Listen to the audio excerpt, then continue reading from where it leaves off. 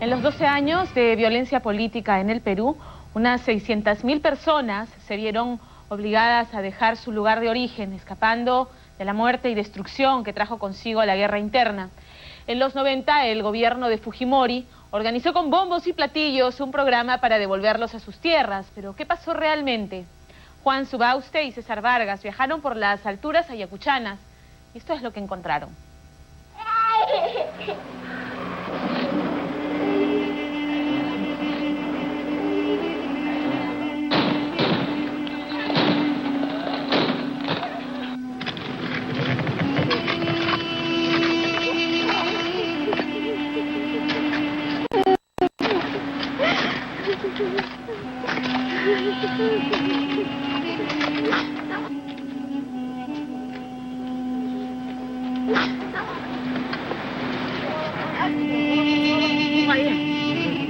Los hombres eran llevados al centro de la plaza del pueblo, acusados de haber colaborado con el ejército y sin mayor explicación, a unos los asesinaron a pedradas, a otros los degollaron con machete. Los senderistas entraron al pueblo con el fin de asesinar sin piedad a los ronderos y sus familias. La mayor parte de las víctimas murieron a machetazos, hachazos o por heridas de bala. Luego llegaba el ejército, violaba a las mujeres y se llevaba a los sobrevivientes bajo la sospecha de haber colaborado con Sendero y sin mayor explicación eran obligados a cavar su propia tumba antes de recibir un disparo en la cabeza. Acá mi madre, disculpe. Mi madre. Este es su cabeza de mi madre. Cuando no puedo.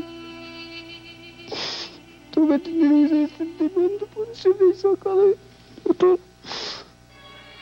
Cientos de pueblos fueron arrasados en nombre de la mal llamada pacificación.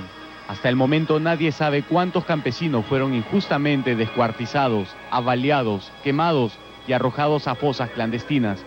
Miles de viudas y huérfanos que fueron testigos de la horrible muerte de sus esposos y padres huyeron despavoridos a la ciudad.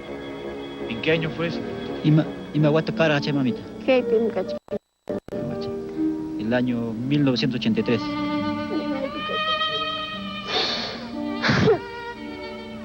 La señora no sabe prácticamente dónde está su hijo y no, ella siempre recordando y llora.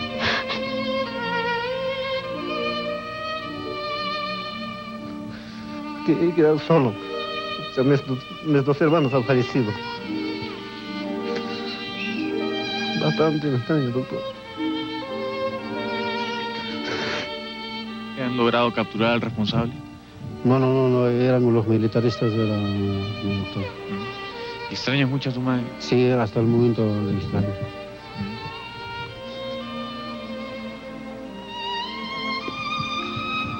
Esa época lloramos bastante, lloramos, sentimos.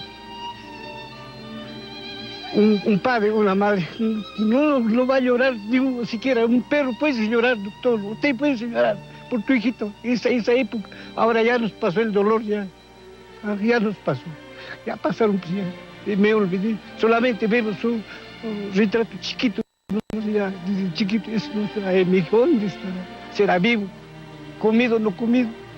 ¿Qué vamos a hacer? Ellos son los desplazados, frío nombre para alguien que siempre tendrá grabado en su memoria el momento en que torturaron y asesinaron a sus padres delante de sus ojos.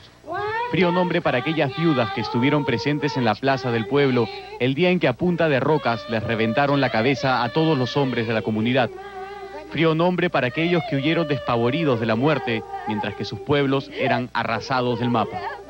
Ahí está, ella también se había muerto ya. Esa está mequinada, es mi esposa, mi padrino, mi hermano menor, mi cuñado. Acá está. ¿Toda la familia? Sí, toda la familia. Señor. ¿Quién fue, el ejército o Sendero? Sendero, Sendero, El siguiente es el relato de aquellos desplazados que decidieron retornar a sus casas bajo la promesa del gobierno que nunca más serían olvidados.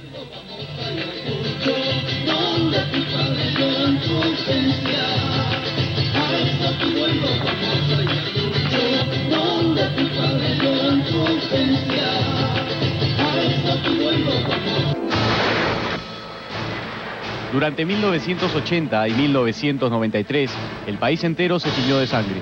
Más de 30.000 personas murieron como consecuencia de la violencia subversiva. Matanza tras matanza, los comuneros de la sierra eran exterminados en serie. Una tras otra se sucedían las noticias del horrendo holocausto en la cordillera de los Andes.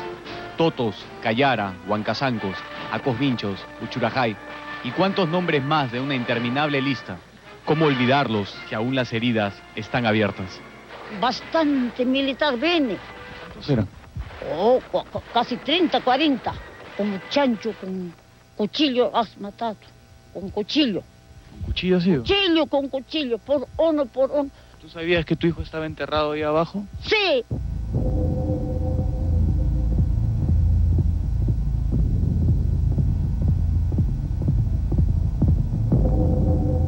Quisiera que salga vivo, Señor.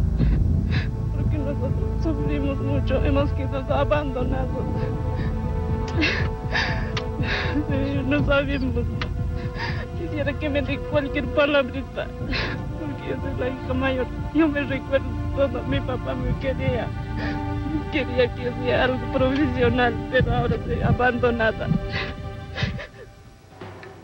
Los sobrevivientes migraron a la capital en busca de refugio. 600.000 personas fugaron del campo a la ciudad. Para aquellos años, el 50% de la población ayacuchana había dejado su casa. 120.000 familias llegaron a Lima, cuya población creció de 6 a 8 millones de habitantes en tan solo 10 años. Este pueblo andino, refugiado en Lima, conserva su cultura y sus costumbres. Ha puesto el nombre de las calles huantinas a sus calles limeñas.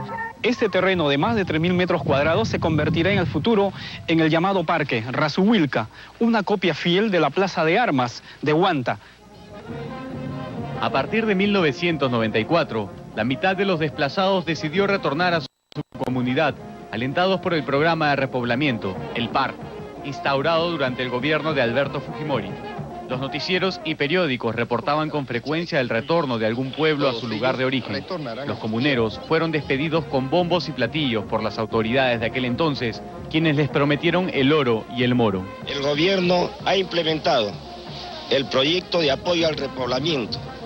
Este proyecto los va a ayudar a iniciar una nueva etapa de sus vidas. Y no van a ser abandonadas, sino van a tener un sostenimiento por largos meses. Ya estamos allá, señor, llevando alimentación, llevando apoyo, llevando calaminas. El desastre es bastante grande y ya se ha movilizado todo para allá. Para los retornantes de Huamanquiquia, era la primera vez que subían a un avión. Ellos empezaron a huir de su pueblo en 1984, cuando asesinaron a 14 autoridades locales. En 1995 se inició el gran retorno. Estas imágenes corresponden a esa fecha, cuando en Huamanga los recibieron a lo grande.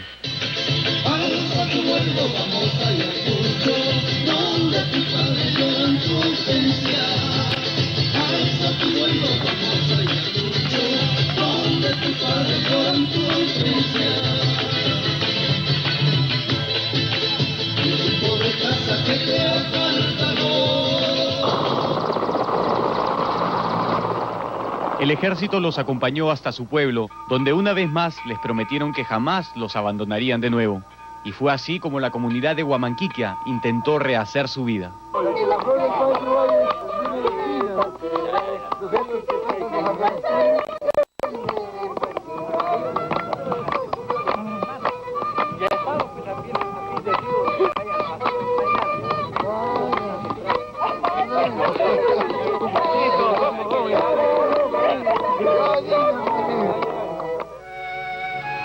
Nosotros decidimos viajar a la comunidad de Huamanquiquia, 8 años después del regreso de los primeros retornantes, para conocer de cerca el estado en que se encuentran actualmente.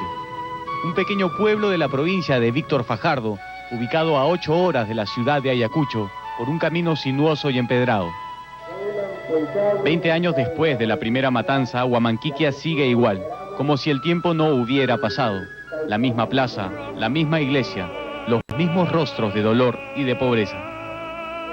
El gran apoyo prometido nunca llegó. Tan solo algunas cuantas palas y algunos techos de calamina fue todo lo que recibieron.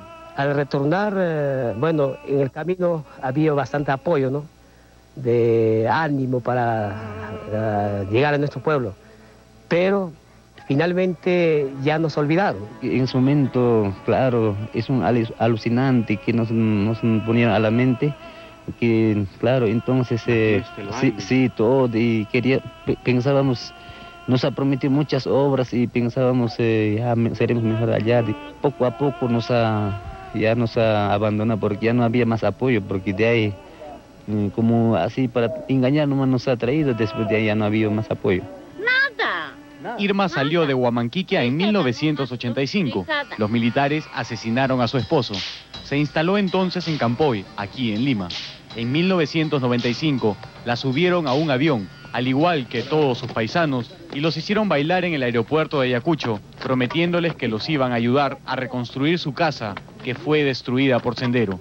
¿Dónde quedaron las promesas y los ofrecimientos? Es lo que se preguntan hasta ahora los retornantes.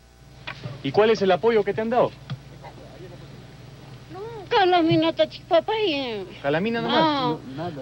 Nada, Juancho. Nada. ¿Nada? Nada. Presada nomás, 2 presadas. 2 frazadas. Ah. ¿Y te dijeron que te iban a dar zapatos, ropa? Ajá, así es. ¿Y te han dado zapatos, ropa? No hay, pues.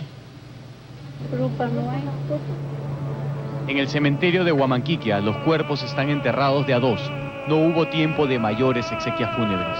Tal cual los encontraron luego de la matanza, fueron arrojados a la fosa uno sobre otro.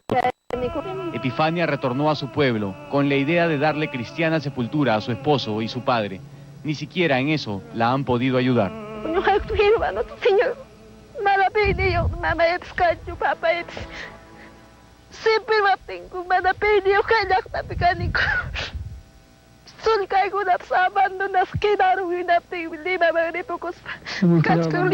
Por eso hemos ido a Lima. Epifania quedó viuda con 2 hijos, el último de ellos producto de la violación de un militar. Ella vive de favor en la casa de su suegra. Nunca le dieron el techo que le ofrecieron a cambio de retornar a Huamanquiquia.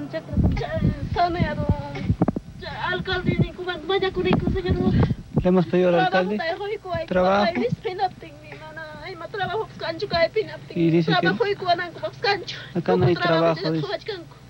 Poco trabajo nos da. Estoy trabajando actualmente en la plaza, limpiando. Al igual que muchos, ella también retornó a Huamanquiquia en el año 1995, en medio de una gran algarabía. Les ofrecieron de todo: techos para las casas, puertas, mejores viviendas. Pero como pueden apreciar, todo, absolutamente todo, quedó en promesas. Siguen en la misma miseria, y hasta peor que antes de la década del terror.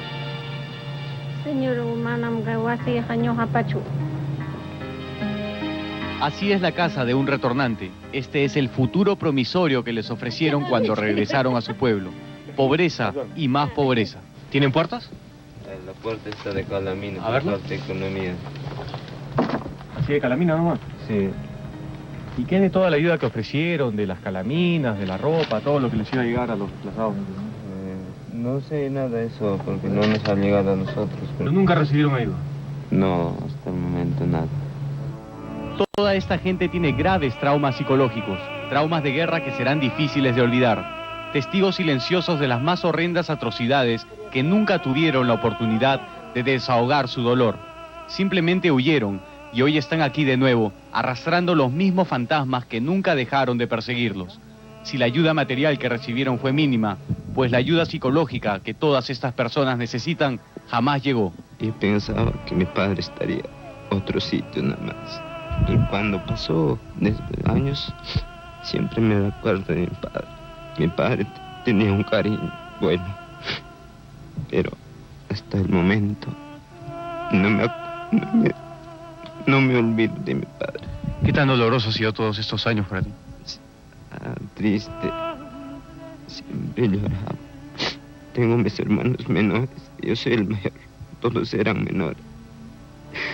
A mí me quedaba solo trabajar y trabajar para ayudar a mis hermanos. Ese día no tuve nada, ni llorado. Estas son nuestras familias retornantes.